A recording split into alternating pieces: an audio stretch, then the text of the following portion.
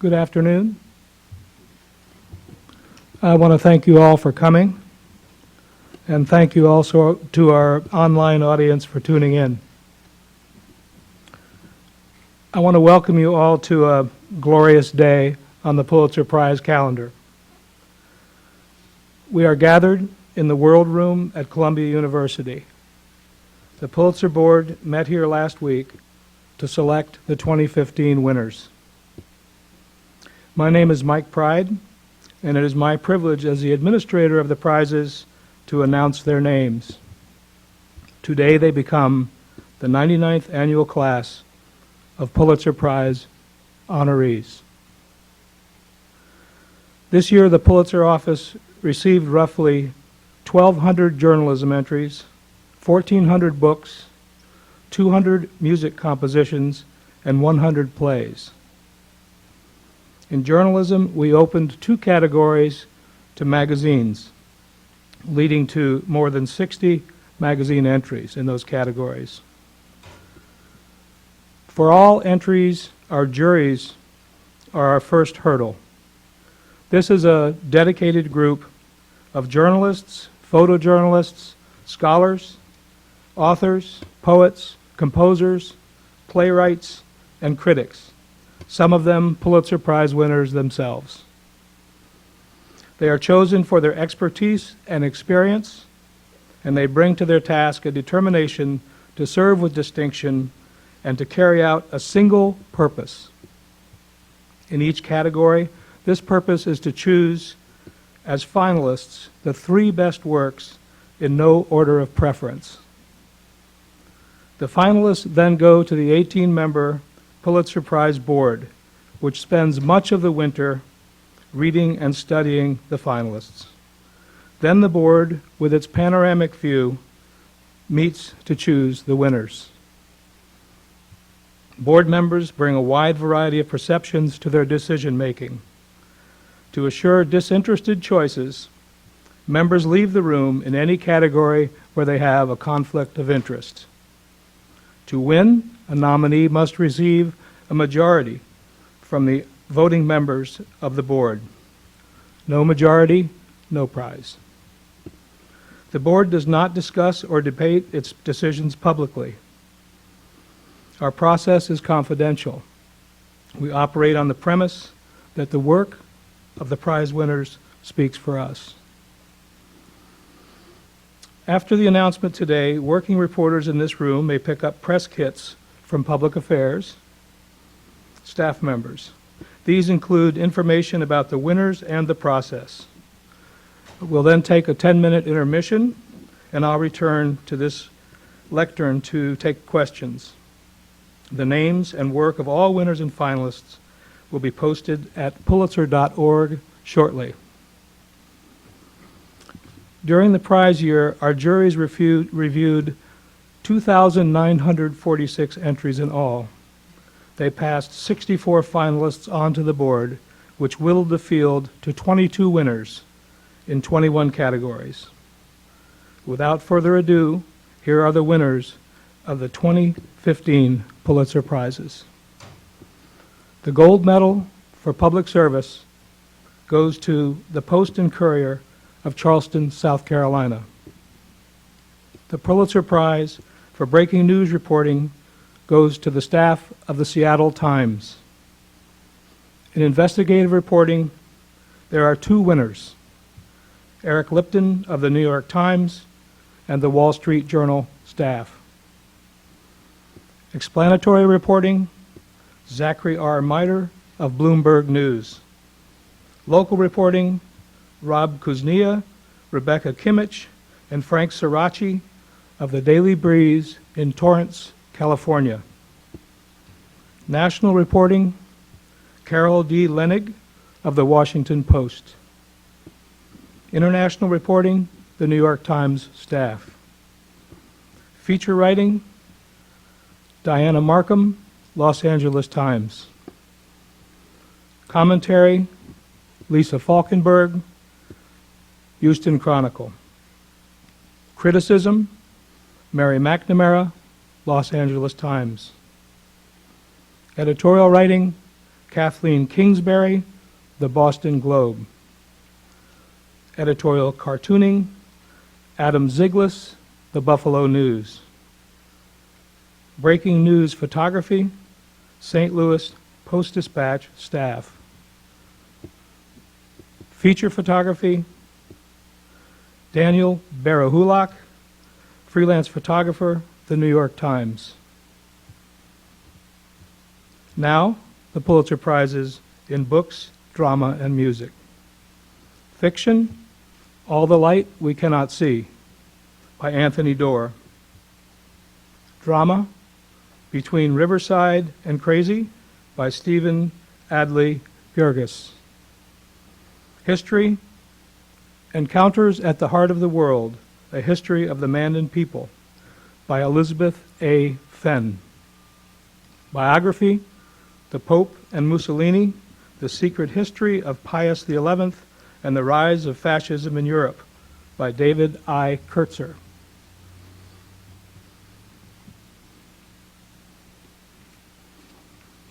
Poetry, Digest, by Gregory Pardlow. General Nonfiction, The Sixth Extinction, An Unnatural History, by Elizabeth Colbert. And in music, the Pulitzer Prize goes to Anthracite Fields, by Julia Wolfe. This concludes the announcement of the 99th winners of the Pulitzer Prizes. Next year's prizes will be the 100th. To celebrate our centennial in 2016, we have launched the Pulitzer Prize Campfires Initiative. We also plan a series of high-profile public programs for 2016 around the themes of civil rights and equality, war and peace, the presidency, power and accountability. Keep your eyes on Pulitzer.org and at Pulitzer for more information. I'll return to the lectern in a few minutes to take questions. Congratulations to our 2015 winners, and thank you all very much.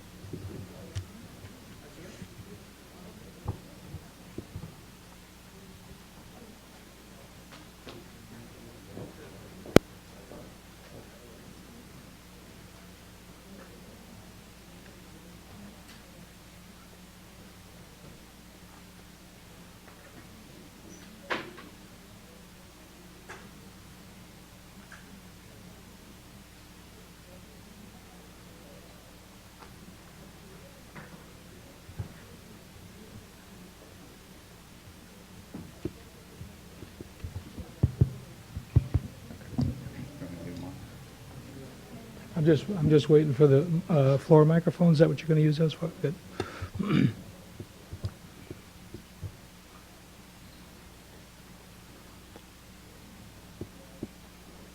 Okay, I have a few individual interviews afterwards, but I'm ready for a few questions if you have some. Yes.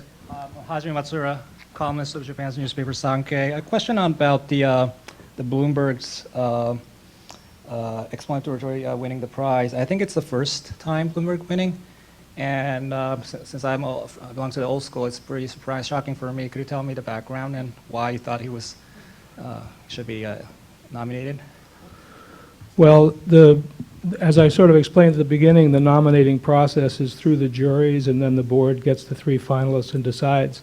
And Bloomberg has been eligible for a few years now, and it rose through that process and got a majority of the board vote, and therefore won the Pulitzer Prize. And you're correct that it is Bloomberg News' first prize.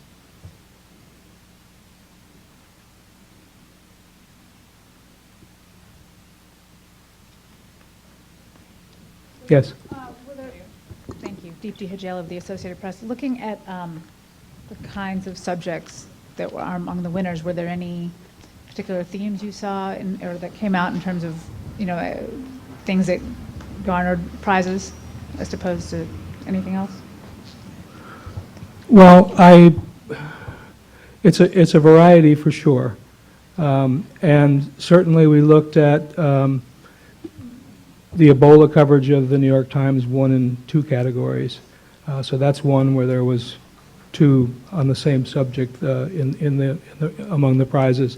But for the most part, it's individual efforts that are somewhat different. I mean, I would say that it's typical in that what we are seeing here is really good investigative reporting, and even investigative reporting showing up in other categories, the local news reporting prize and other prizes. So that kind of looking into people who are good at pulling out what's hidden by government and by people in authority, I think that that's a theme that runs through a lot of the winners.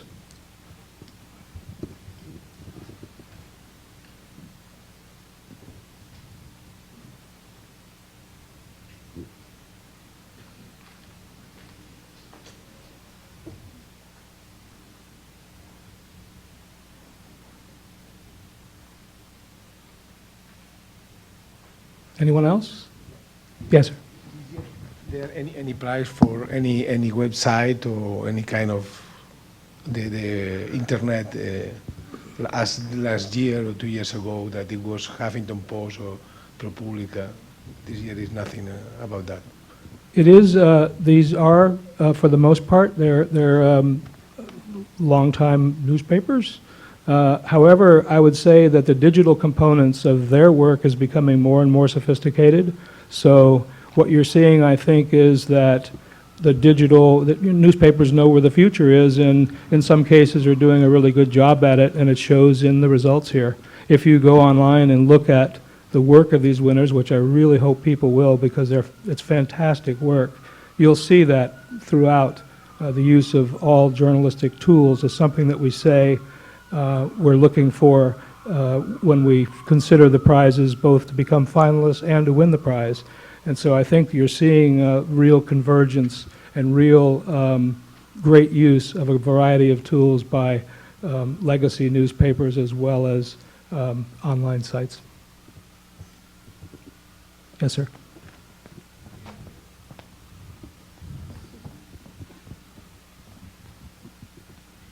My name is Weslow Cyprus from Polish Voice.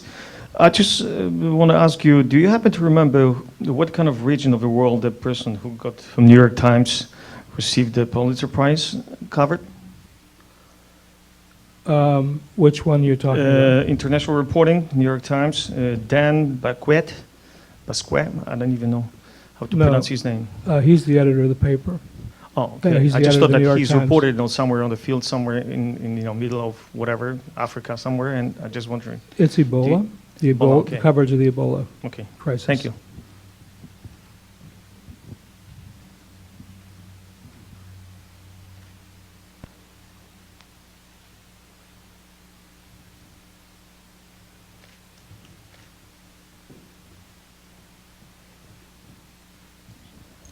Aisling Brennan from the New York Observer. There was no magazine winners. Was there any reason that, like, because it's a new entry into the competition with magazines being allowed to be up for the running, was there no coverage that was special from magazines? We consider, this is an experimental opening of the Pulitzer Prizes to magazine journalism in 2 categories. And in fact, there is a finalist in the feature category from the New Yorker. And so, we honor the winners today, but I have to say that all the finalists, it's a very hard thing to get through the eye of the needle and become a Pulitzer finalist. And we had very competitive newspaper entries, magazine entries. So I don't think I would look at it and say, well, we opened the prizes and nothing happened, because something happened.